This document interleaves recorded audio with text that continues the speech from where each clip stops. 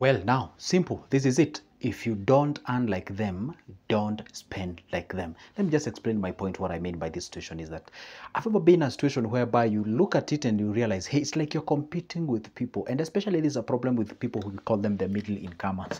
You see, these middle incomers, these are people who earn a salary of, if you, by the way, if you want to know if you're a middle incomer, you earn a salary of 48,000 Kenyan shillings, 48,000 Kenyan shillings, all the way to around 250. If you earn that amount of money per month, then you're considered as a middle incomer in our country, Kenya. Now, go do research from your country and see who is a middle incomer. Now, this is the point. If you don't earn like them, don't spend like them. And these are the people who usually mind about something called status. You see, there is something called status. For example, let me explain to you what is a status. Let's say, for example, you meet somebody on the road and ask them, hey, what do you do? And they tell you, hey, I'm a teacher. Or maybe let's say I'm a doctor. What comes into your mind? Wow, these guys might be actually earning a good amount of money, okay? So next time you get them in a shanty place and maybe they are just walking by and then they tell you, oh wow, that's my home. What gets in your head? You're like, come on, you told me you're a doctor, but you live here. Because why are you saying so? Because you do not expect a doctor to actually living in that particular place. And a doctor also knows that you don't expect them to live in that place. So what happens? They push themselves to live in a certain place where actually resonates with their career. Now, that aspect, again, the other thing, for example, where their children goes to school, the kind of addressing that he does or she does, where they hang around, what they eat, how when they eat, and all those kind of things, the type of a car that they drive and all those kind of things. You see, now this is what we call the status, or funding your status. All right, it's living where the society places you. Even if you're struggling financially, you find some people are really straining to live where the society expects you to be. All right. Now, that's what we say. If you don't earn like them, don't spend like them. Listen, see, I've said someone who is earning 48,000 all the way to 250,000 are regarded as middle incomers. But honestly speaking, let's say you have two friends here. We have a friend that is earning around a flat rate of 70K a month. And we have another friend that is friend A. Then we have friend B who is earning, let's say, 200,000. I mean, seriously, come on, they are all middle incomers, but you don't expect them to have the similar potential muscle. For example, they say these two guys are friends, okay? Now, what happens, there is no problem with them being friends. I'm not saying that if you realize somebody is earning more than you should chase them away because they're not your level. No, you should have them. You can borrow something. They can share some ideas and all those kind of things. If the purpose is to grow each other, there's nothing wrong with it. But now, let's say this guy, because he has the potential of maybe, let's say, we should be meeting in a certain place. Let's say in a coffee zone called X. This coffee zone called X, you find that a coffee here, there an average cost like 600, okay? 600 Kenyan shillings. The same guy gonna buy the similar coffee at the similar amount of money. You see, the price that is being sold that coffee does not matter who you are. The coffee price remains the same. Now, what happens is that the moment an opportunity shows up, okay, this guy is obviously the 600 from 200K. Obviously, this guy has a leverage of the purchasing power. This guy, if this guy consumes this coffee like several times in a month, this guy is almost done. This guy still has some financial muscles. Okay, now what happens is this: because you don't want to lose this guy, now you're paying these prices in the same of accommodating them, or maybe proving to them again you're also doing okay, you're also surviving okay. You want to prove to them as if I'm doing good. For example, you might find also this guy is paying a school fees for the kid, maybe let's say for salary, maybe let's say something like 40,000 at the end of the month. Now, obviously for you, if you get 40,000 out of this, you're gone. Maybe you go ahead because you want to still prove to them that you're surviving as well. So you go ahead and pay a school fees like, let's say 30,000. That is close to half of whatever you earn per month. You pay the school fees just because whenever this guy maybe happens to visit you to your place, that bus that actually drop your kids just beside the gate or somewhere else, they can be able to see, wow, the guy is doing okay. See, this is a thing that is really affecting a lot of people. You tend to think like people are actually on top of you, looking whatever you do, where you eat, when you eat, and how you eat it. That's not the reality. The reality is this: nobody cares. A lot of people have their own things that are going on between their heads, to a point they don't even realize whatever you are doing out there. So the point is this: whenever you do not spend like them, actually, or rather when you don't earn like them, don't spend like them. You know why? See, when you spend like them and you don't earn like them, you actually killed or pull down what we call the purchasing power. And the moment you pull down the purchasing power, guess what happens? For example, this guy, let's say they put aside like there's something called emergency fund. Let's say this guy who is earning 200K puts like close to 60K in an emergency fund. You yourself, this amount of money you put, let's say in my emergency fund, maybe let's say you put, sometimes you cannot even put, because why? You're actually sort of chasing this guy. You want to live in the life this guy is living, but you cannot be able to survive that kind of a lifestyle. But anyway, let's say you try your best and put something as far as your emergency fund is concerned, and you put something like 15,000 per month. This guy is putting 4 times of you. Then what happens? Let's guess both of you get fired. So who has the leverage of actually the purchasing power? The guy can actually shake off the lifestyle, goes back to your lifestyle, and when he shakes off your lifestyle, goes back to your lifestyle.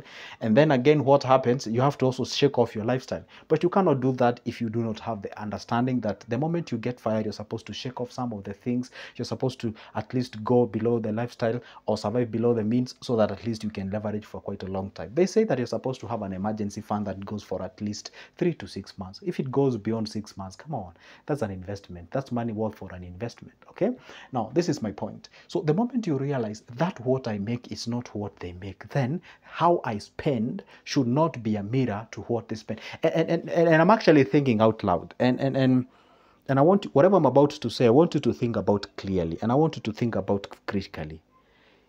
Right now, as you speak, by the time I'm making this video, the only phone that we have that is the latest one is iPhone Pro 15. Is iPhone 15 Pro Max. That's what we have right now. It depends on when you're watching. Now, the point is this. Arguably, it's the most expensive phone. It's one of the most expensive. Like, we do not have like any other phone on top of that. It's like that phone. Once you get it, now you are up to date. Let's say that iPhone costs like, say, $1,200. Okay.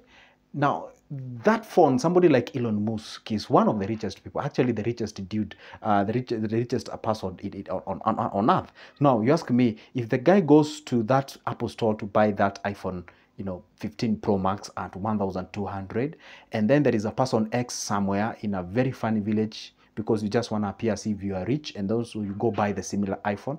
Now, tell me how fair it is. Somebody is the wealthiest, has all the money that a human being would think about, and you actually, you're barely getting by. And you people, you're buying the same phone that costs the same amount of money, and you're going to pay the same amount of money. For me, it surely doesn't make any sense. You see, okay, I'm not saying that you should wait until you get the money that like of Elon Musk for you to buy the phone. That's not the argument. The argument is this. It's always good to make sure that you justify why you're buying that specific thing. For example, say you're a content creator and you want a very nice and good phone, and because of cameras, and let's say you're a videographer and all those kind of things, and maybe you do not have the funds to both buy you the phone and also the camera, so you can buy the phone so that you can, it makes sense. That's a justifiable buying, okay? Rather than you just want to buy a thing because, hey, people are buying it and ought to have it.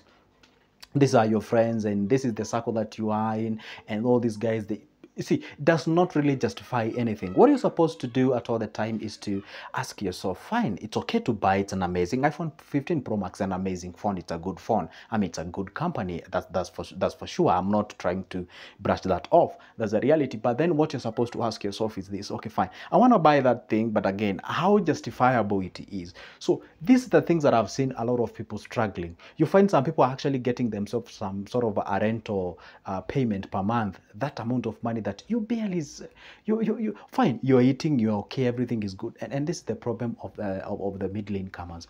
You find somebody, they are eating, they are dressing, the children are going to a better school, the guy is drinking from quite of an elegant, or so should I say a presentable joint. These are the guys who, they have cars. Sometimes it's a loan car or something of sort. It's not for a car, for businesses or something of, they're okay, their life appears okay on camera and everything.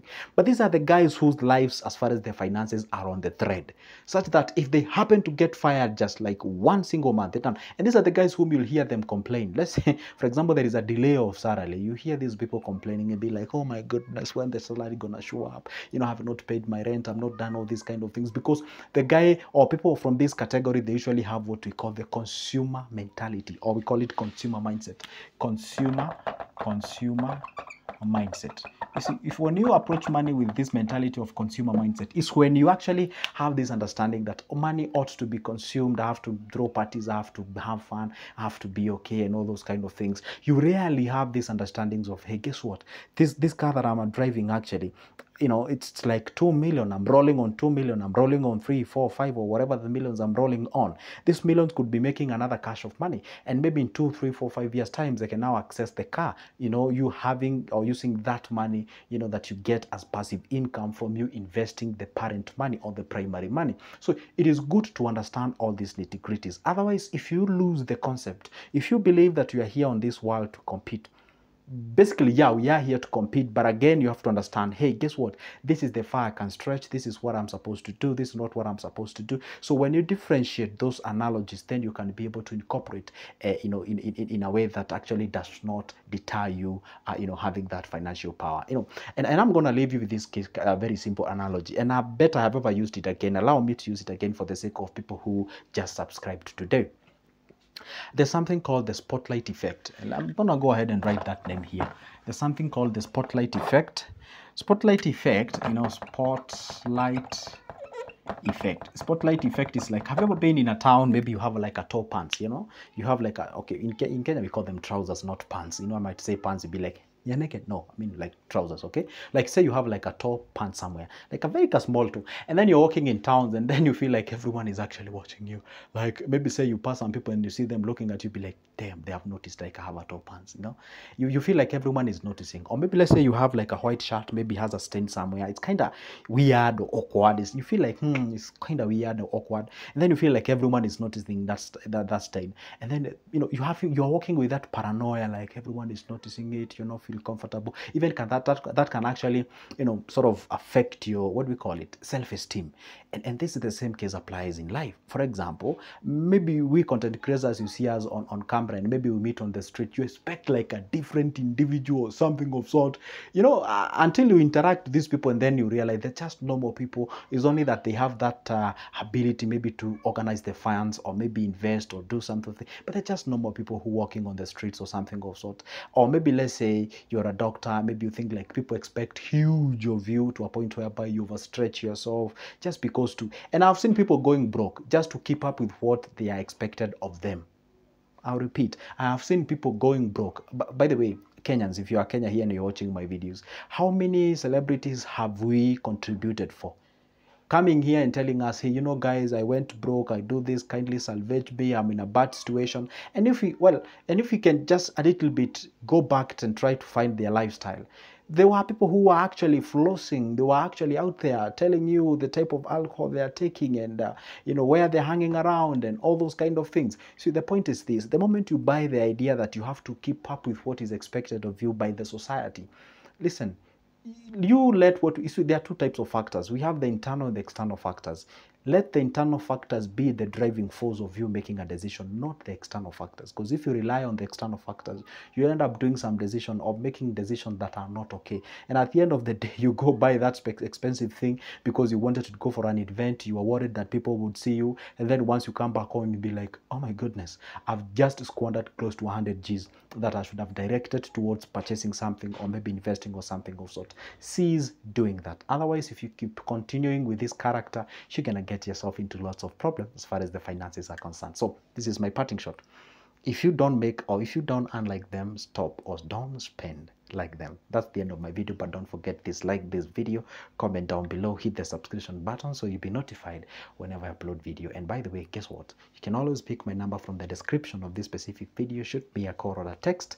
We talk about finances and investments. That is exactly what I offer on Good Joseph channel. For now, it's a goodbye and see you in the next one.